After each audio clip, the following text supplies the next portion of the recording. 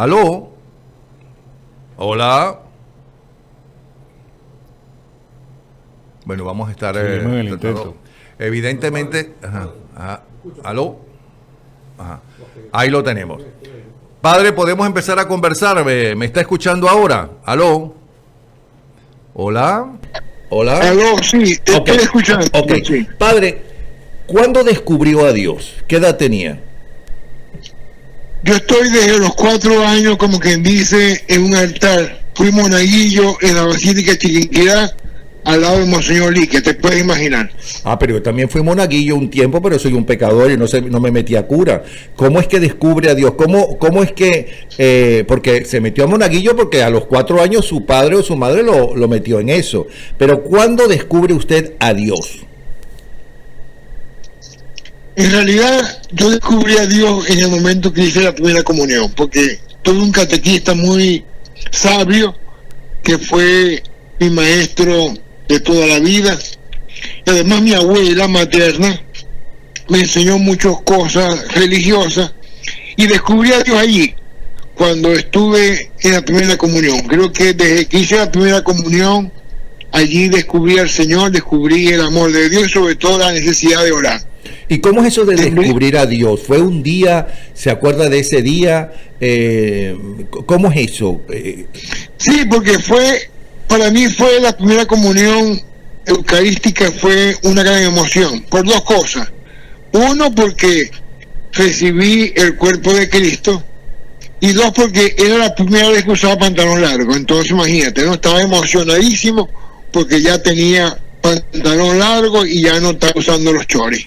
Ah, pero usted me ha hecho descubrir algo con razón, porque yo hice la primera comunión, pero de pantalón corto, y lo que me acuerdo es exactamente de que después el colegio, era el colegio La Salle La Colina, nos dio un desayuno con un chocolate delicioso. Y desde entonces trato de almorzar, no, de merendar con chocolate.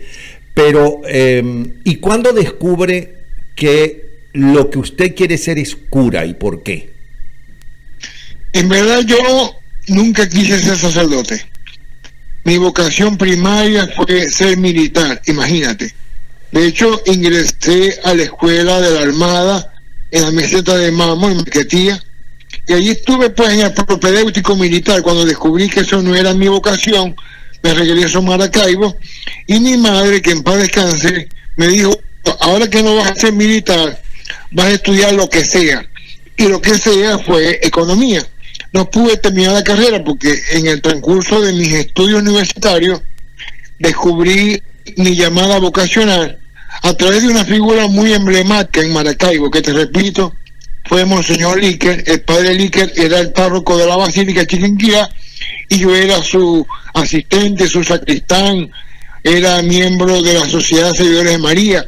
Y ahí fui descubriendo un poco el camino que hoy he tomado, gracias a Dios. Dios mío, En mi juventud, a los 20 años, yo descubrí a través de la figura de Juan Pablo II.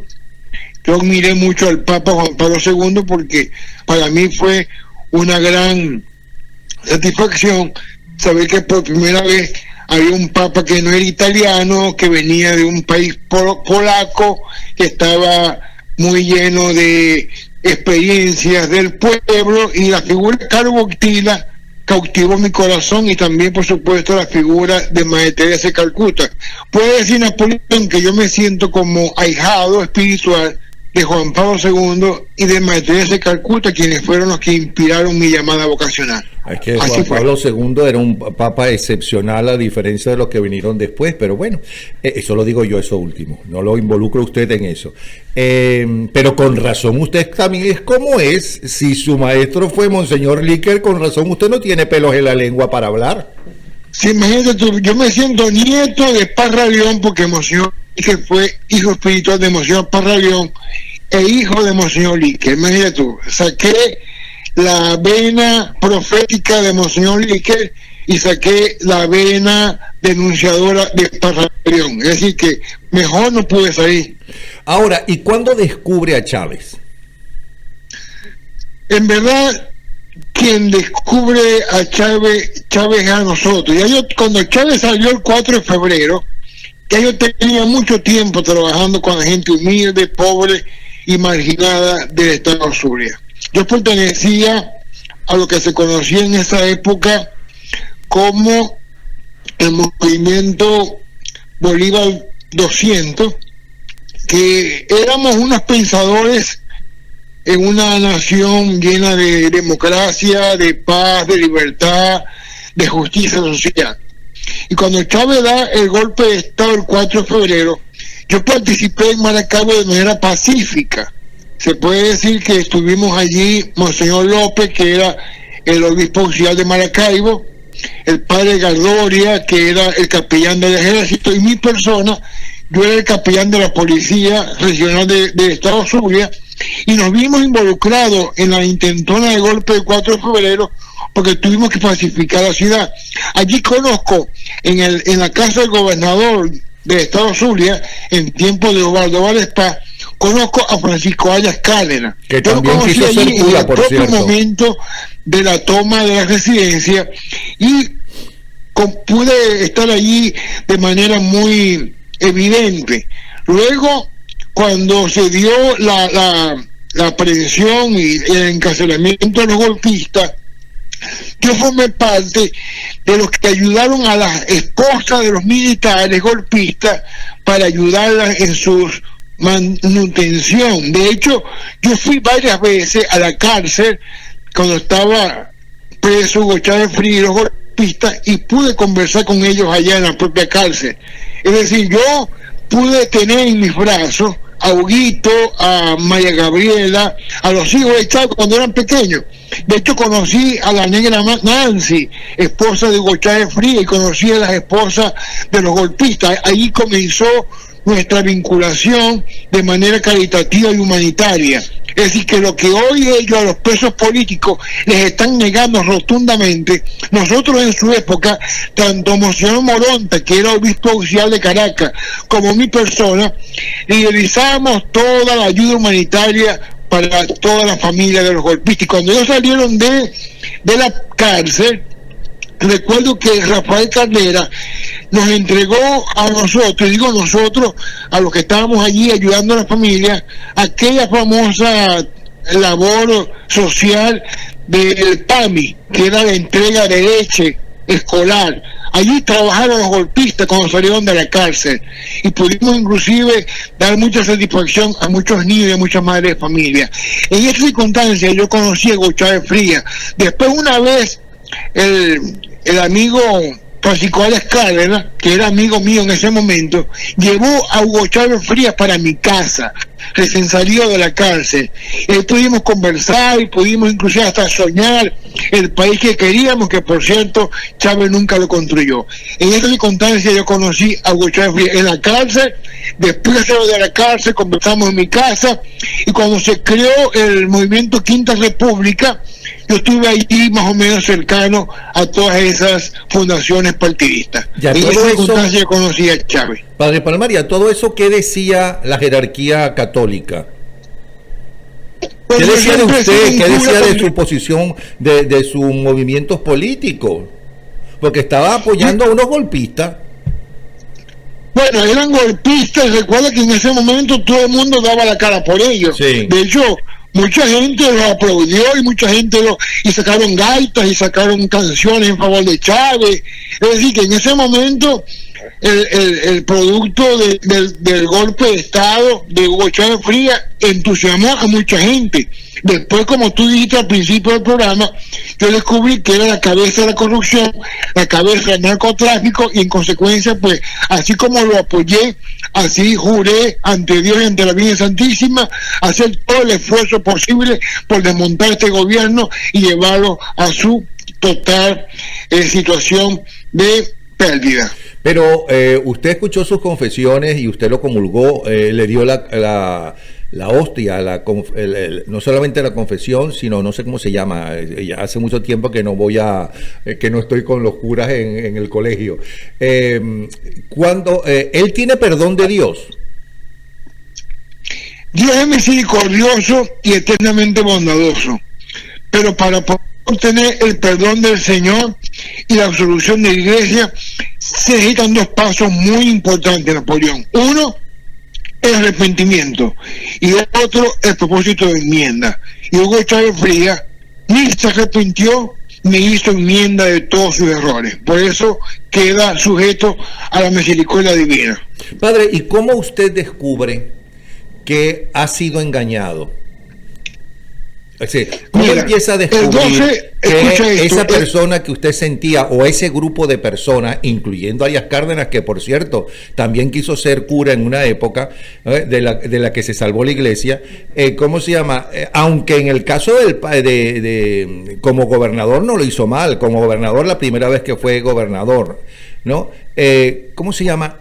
¿Cómo descubre, y si le cuesta aceptar que esa gente en la cual usted creía, no era las personas que usted creía eran, que sus valores no eran los que decían, sino que hacían todo lo contrario, y que justamente eran inclusive peor en muchos aspectos que los enemigos de ellos o las personas que ellos intentaron derrocar?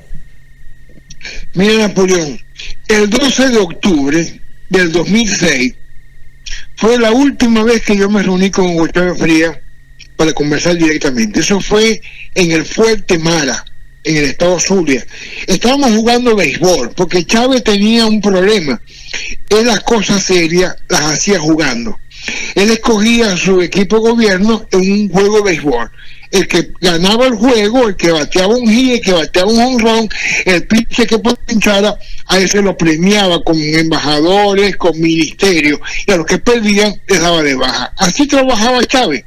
Era una situación loca, era una cosa que no tenía sentido. El alto gobierno se mantenía, era en base a los caracoles de los babalaos y a través del juego pelota.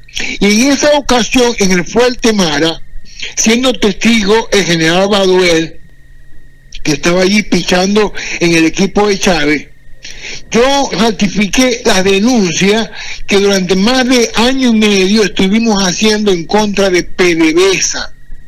Recuerdo que llevamos una carretilla, José García y yo llevamos una carretilla para la Contraloría Nacional de más de 7.500 millones de dólares en corrupción en el año 2007. Y en esa oportunidad, en el 2006, yo le informé al presidente Chávez de toda la olla de corrupción de Rafael Ramírez Carreño. Incluso él me dijo así, tocándome un poco la conciencia, me dijo: padre, lo que usted me ha dicho apenas es la punta del iceberg. Rafael Ramírez es un corrupto, pero apóyeme ahora en estas elecciones contra Manuel Rosales, que era candidato a la oposición en el 2006, y en enero yo me traigo a Pancho de la embajada de la ONU, de la OEA, donde estaba Pancho como diplomático, y volvemos a trabajar en beneficio de los pobres, de los humildes y sencillos. Yo le dije así: mire, presidente, esta es la última oportunidad que le damos, después de esta no hay otra. Y resulta que lo apoyamos en el 2006 para las elecciones, ganó las elecciones a Rosales, aunque eso está en dudas, y en enero del 2007 él comenzó a hacer la persecución a los medios de comunicación. Fue entonces cuando cerró el canal 2 de RCTV, fue entonces cuando ratificó a Rafael Ramírez como ministro de Petróleo y presidente de PDVSA.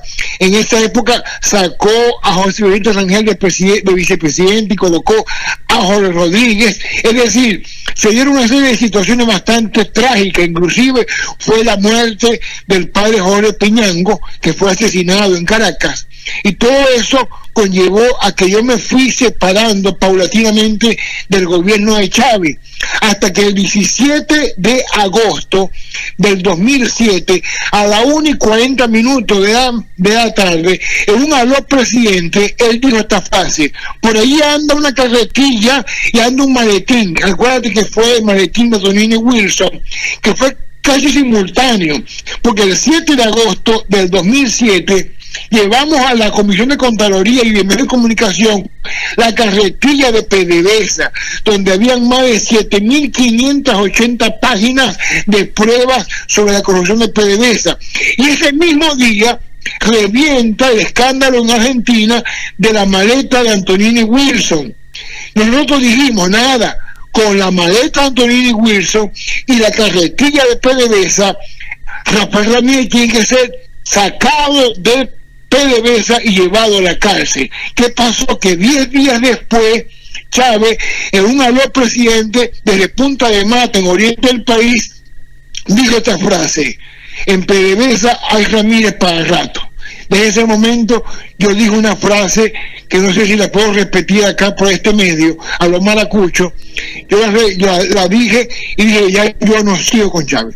Porque ¿cuál es la frase? Sí, la puede repetir. Ni soy cabrón. Dije así y eso lo reseñaron los medios de comunicación social. Ahora, en ese momento, Napoleón, yo me propuse atacar la corrupción de Hugo Chávez Frías y su entorno, hasta este momento, inclusive la que ha heredado Nicolás Maduro Moro y su séquito de malandros. Ahora bien, usted tiene unas cosas gravísimas para su salud, que es que tiene excelente memoria. Entonces, eso es lo peor que le puede suceder a una persona hoy en día que quiere estar tranquilo y estable. Por eso le voy a preguntar lo siguiente. Dime. Cuando ayer estaba escuchando, y hoy vamos a escuchar al finalizar este programa la segunda parte del último programa de Reino Tolina, ¿no?, cuando se iba a lanzar a la presidencia como candidato a la presidencia de la República, las denuncias que él hacía, especialmente de Acción Democrática, que era la que estaba gobernando en ese momento, que también él fue en un momento dado, estuvo entusiasmado con el segundo triunfo de Carlos Andrés Pérez, y eso me consta porque nos reuníamos los domingos en la tarde en su casa en Las Mercedes. Pues también se desilusionó con lo que empezó a ver, lo que él vio o lo que creyó ver. Y las denuncias que él hacía de Acción Democrática en nada se diferencian a los problemas actuales, solo que los actuales son muchísimo más graves, pero las violaciones a la Constitución, los robos, los escándalos, ¿no?, son los mismos. Entonces, ¿no será que Chávez y su gente, al igual que nosotros y al igual que la oposición, son producto de una sociedad? Que el problema no es solamente Chávez, sino tal y como se estaba desarrollando la sociedad venezolana. Es una pregunta nada más. Por supuesto, Napoleón. La Cuarta República tuvo sus fallas, tuvo sus errores, sus escándalos. No podemos meter las manos por ello. Pero hoy en día la Quinta República, o lo que se llama mal llamado socialismo del siglo XXI, ha crecido en corrupción, ha crecido en dolo, en malversación, ha crecido en todos los delitos que se puedan tener en materia de corrupción, pillaje y dolo. Sobre todo, lo más grave de esta Quinta República es que está cimentada bajo la figura del narcotráfico.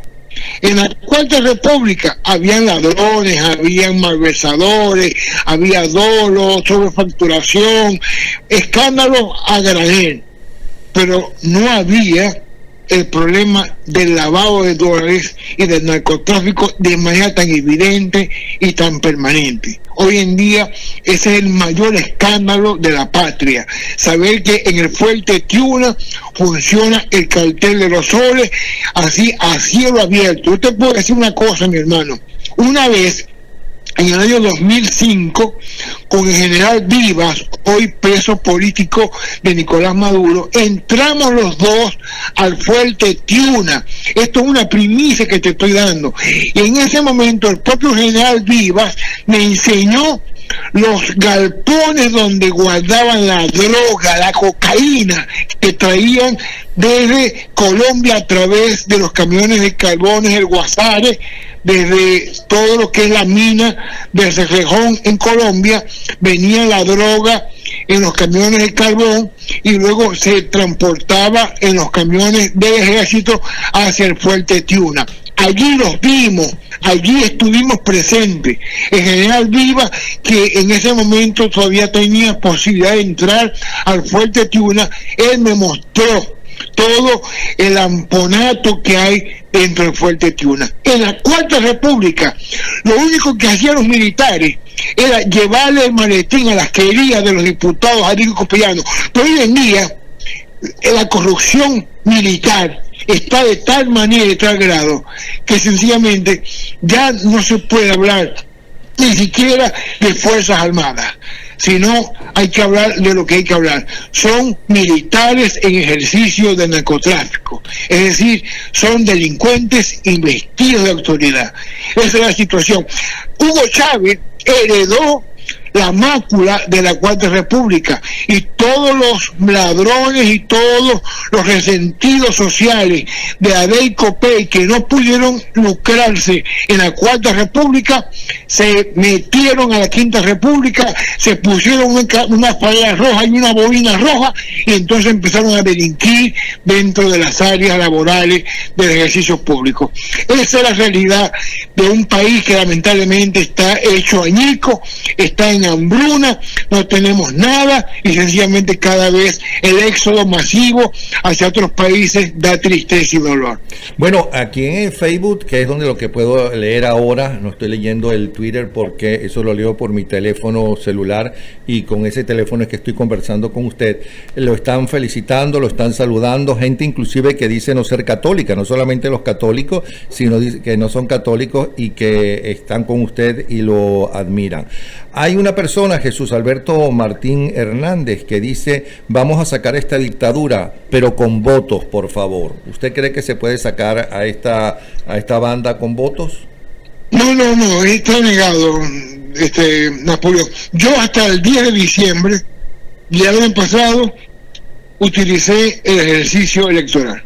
Ya después del 10 de diciembre, cuando de manera fraudulenta se eligieron alcaldes de Venezuela, y en mi caso particular en Estado Zulia se eligió al bandido de Omar Prieto Fernández como gobernador de Estado Zulia, hasta ese día yo ejercí mi derecho al voto. Yo creo que ya debemos estar muy claros, muy conscientes que una dictadura no sale con voto, que estos forajidos, estos ladrones de oficio no van a salir por las buenas. Mira lo que ha dicho Delcy Rodríguez, la presidenta de la Fraudulenta Constituyente, que ellos no van a entregar el poder. Si la presidenta de la Constituyente dice esa frase de que no van a entregar el poder, pregunto, ¿para qué entonces llaman a elecciones? ¿Para qué entonces Henry Falcón se hace el payaso electoral de estar allí compitiendo contra Nicolás Maduro, cuando bien sabemos que ya el CNE tiene fraguadas todos los resultados? Es decir, con votos no va a salir. Yo desearía, Napoleón, de todo corazón te lo digo, yo desearía que así como ellos entraron con votos, así salgan, pero es imposible. Ya van casi 20 años de dictadura, 20 años de ladronismo, 20 años de corrupción, y olvídate que con votos van a salir. Sencillamente tienen que ser por una vía de facto y procurar en nombre de Dios y María Santísima que la violencia sea la menos posible, y tratar de que la sangre que corra sea la menos posible, porque sencillamente con elecciones no saldrá esta gente. Yo te lo aseguro, y ya lo han demostrado los hechos, y ya lo ha demostrado la historia.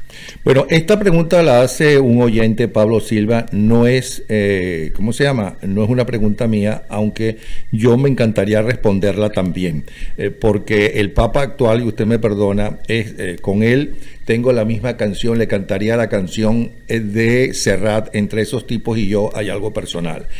Que le pregunte al padre Palmar si este Papa apoya al gobierno de Venezuela, o qué posición usted cree que tiene el Papa.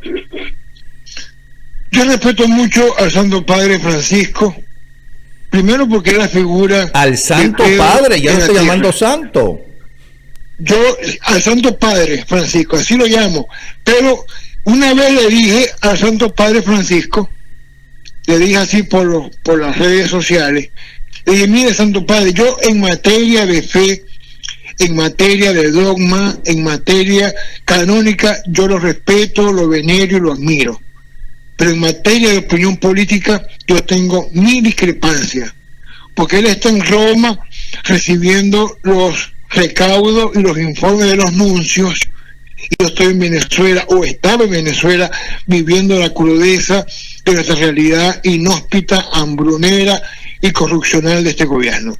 Yo creo que el Papa está mal informado, con el perdón del Santo Padre, pero él tiene que salir un poco más de los informes que le dan los nuncios apostólicos y creer más en los curas de barrio, porque los curas de barrio son los que patean la calle, son los que están con la gente, son los que están con el pueblo. A veces nomás que les oyen la voz a los obispos y a los que tienen jerarquía, pero estamos allá en el barrio, en el cerro, con la gente caminando, con el pueblo sufriendo, a eso no nos oyen.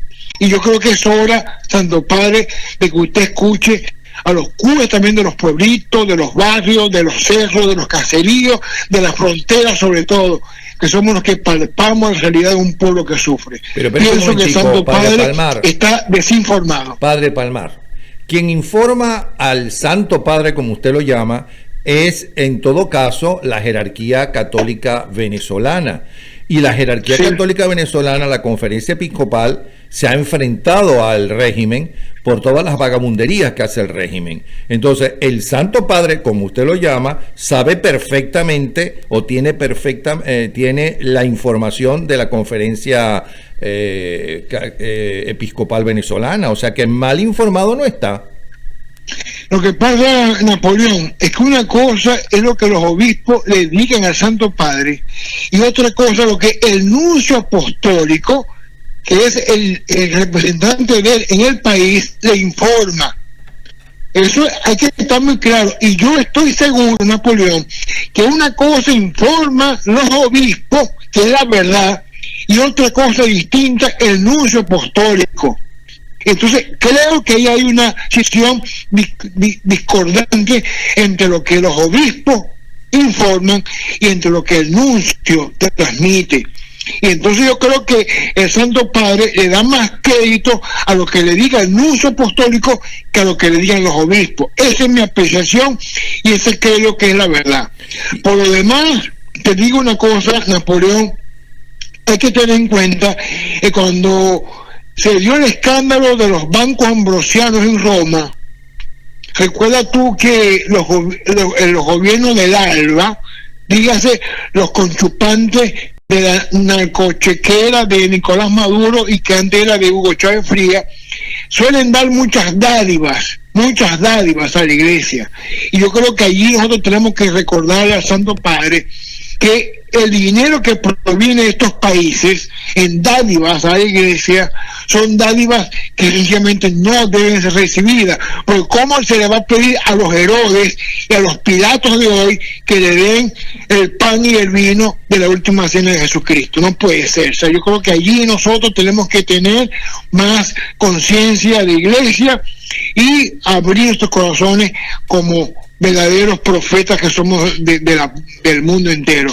Esa es mi situación. Yo creo que allí hay una información que se contrapone entre lo que dicen los obispos en sus cartas, en sus oficios, que yo lo avalo totalmente, y otra cosa lo que el señor nuncio apostólico y el actual nuncio apostólico le informa al Santo Padre. Mire, bueno, recuerda aquella frase de Jorge Manrique, allá hace muchos siglos, poderoso caballero don Dinero. Mire, le preguntan cuál fue su experiencia a su llegada a Estados Unidos con la detención mientras se decidía el asilo político, si fue algo desagradable y si usted puede ayudar de alguna forma a los venezolanos que están solicitando asilo en base a su experiencia. ¿Qué les puede decir? Bueno, mi experiencia ha sido muy cuaresmal. ¿Eso qué Yo significa? desde que entré a Estados Unidos y me presenté el 30 de enero en la zona fronteriza de Matamoros con Estados Unidos, y me presenté en la oficina de aduana e inmigración estadounidense, fui detenido como era de esperar. No tenía visa, no tenía pasaporte para entrar a este país y solicité de manera verbal la posibilidad de un asilo político. Por supuesto, yo sabía que me estaba enfrentando a una detención y que iba a sufrir la inclemencia en misericordia de ser detenido y llevado a una cárcel de inmigrantes. Eso lo sabía, eso lo tenía en cuenta y asumí las consecuencias de eso. Estuve 36 días preso en la cárcel de Río Grande, en Laredo, y 2 días anteriormente, al principio de mi ingreso a Estados Unidos, estuve preso en la cárcel de Puerto Isabel del estado de Texas.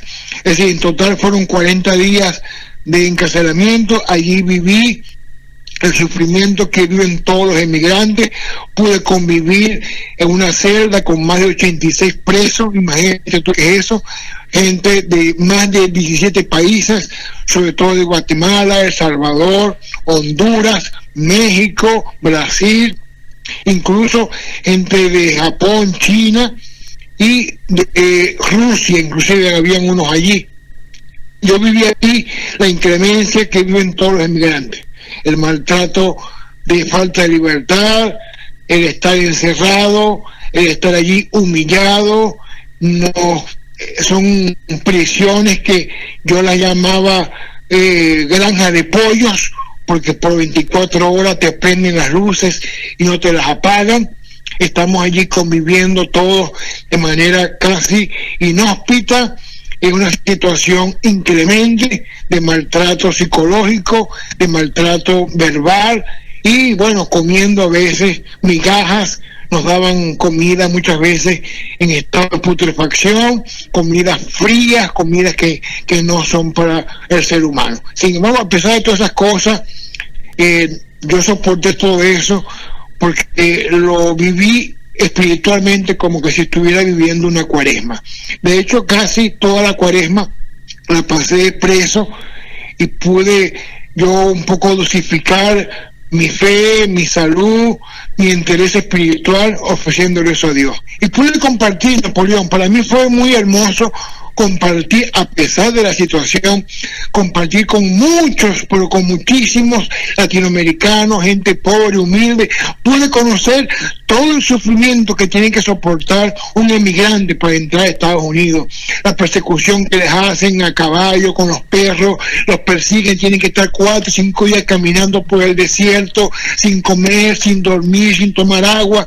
Es decir, pude palpar el tema de la migración, que yo antes lo conocía era por televisión, que yo antes lo veía era por los canales de televisión de cable, veíamos las noticias, pero nunca había palpado la realidad cruel de ser un emigrante. Gracias a Dios, le doy infinitas gracias a Dios por haber vivido esa experiencia, que como sacerdote católico, como sacerdote de Cristo, pues me da mucha fuerza para seguir luchando. Y cuenten, mira, a partir de esa experiencia, yo creo que mi vida cambió totalmente y aquí en Estados Unidos estoy a la orden, a la disposición de poder ayudar a todos los inmigrantes latinoamericanos del mundo entero que quieran tener en mí un amigo, un confesor y un compañero de lucha. Yo me siento un cura en el exilio, me siento un cura venezolano en la diáspora, pero también me siento hermano de todos los inmigrantes que tratan de buscar prosperidad y salvar sus vidas, especialmente los de Venezuela. Padre Palmar, ¿usted tiene algún Twitter para que la gente lo siga y se comunique con usted? Sí, Padre José Palmar, @ Padre José Palmar, la P mayúscula, la J mayúscula y la P mayúscula de Padre, de José y de Palmar. Porque hay varias cuentas que llevan mi nombre y mi cara, pero son cuentas falsas. Es el laboratorio de Eduardo Cabello Rondón que hace cuentas falsas para entonces involucrarme en situaciones escandalosas. Pero no, la cuenta verdadera es Padre, @ Padre José Palmar, con la P de Padre mayúscula, la J de José mayúscula y la P de Palmar mayúscula. Bueno, aquí Edgar Bravo dice, ese cura es todo una Biblia. Y así nos vamos a despedir, Padre Palmar. Bueno, gracias, Napoleón. Un abrazo, a la orden, mijo. Así que Dios te bendiga. A la orden. Disculpa que ayer no pude salir porque estaba enfermo, pero ya hoy pude cumplir la palabra de estar contigo. Un abrazo, un honor, y que Dios le bendiga a todos ustedes y que tengan una Semana Santa llena de paz y de espiritualidad. Amén. Un abrazo también para usted, el Padre José Palmar, quien no tiene pelito. Saludos, les habla Napoleón Bravo para invitarles a que nos sintonicen a través de aebestereo.com todos los días de lunes a viernes a las 8 de la mañana en 24 horas radio. También todos los días, 4 veces al día, de lunes a viernes, en tal día como hoy, en diferentes horarios, en la mañana y en la tarde. Y los fines de semana, sábado y domingo, desde las 3 de la tarde y hasta las 6, en nuestro programa de todos los años. Gente en ambiente, lo mejor de nuestra vida. aebestereo.com.